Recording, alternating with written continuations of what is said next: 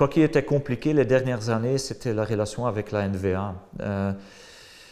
Parce que on a fait moi, je m'entendais bien avec ce parti et beaucoup de gens à l'intérieur de ce parti pendant l'époque suédoise, au gouvernement Michel.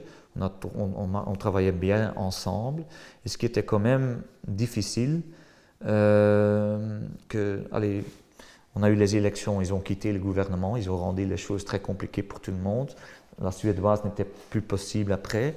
Et les cartes étaient très compliquées après les élections de 2019. Et quand je suis devenu président du parti, je voulais faire une coalition avec eux, parce que sur le niveau socio-économique, ils ont copié-collé notre programme, donc c'était plus intéressant d'avoir une coalition où ils étaient dedans. J'ai essayé. Quand je suis devenu président, j'ai eu une mission avec Georges-Louis Boucher, Joachim Kunz et moi-même. On a essayé de faire une coalition avec NVA, mais sans le PS. Et c'est Bart de Wever qui, derrière notre dos, a essayé de faire quelque chose avec Paul Magnette et Conor Rousseau, où ils ont mis la famille libérale devant le bloc.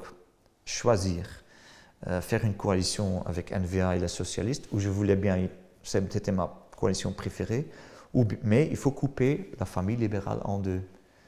Et là, c'était vraiment un choix impossible pour moi, où j'ai dû choisir une coalition, ce n'était pas ma préférence au début, pour protéger la famille libérale.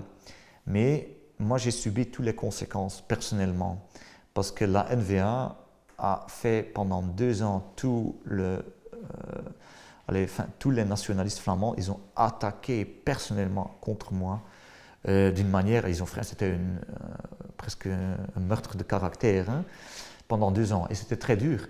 Et je me suis demandé après, est-ce qu'on devrait faire autre chose, mais ils m'ont mis devant un choix impossible.